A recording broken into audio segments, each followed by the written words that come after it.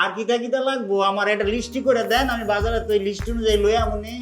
হ্যাঁ লিটন ভাই, এটা আপনি ভালো বলছেন, যেহেতু বাজারে যাচ্ছেন তাহলে আরো কয়েকটা জিনিস নিয়ে আসেন। আমার ওদের হচ্ছে লাগবে দড়ি, একটা দড়ি, আর হচ্ছে কাপড়। না, কাপড়টা লাগবে না, কাপড় আমাদের আগেরই আছে, শুধু দড়ি ভাই, দড়ি আর হচ্ছে ময়দা, এই দুটা জিনিস নিয়ে আসবেন।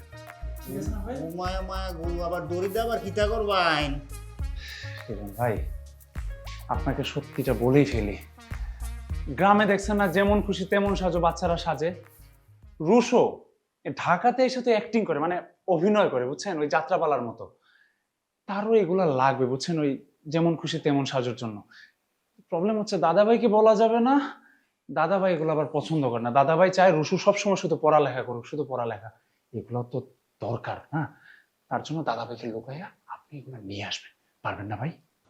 কিতা যে কন, এই ছোট্ট একটা ফরমাইশ দিছে, হিটাও যদি না পারি আপনি গুলিকে তা পারতাম না গে, পারতাম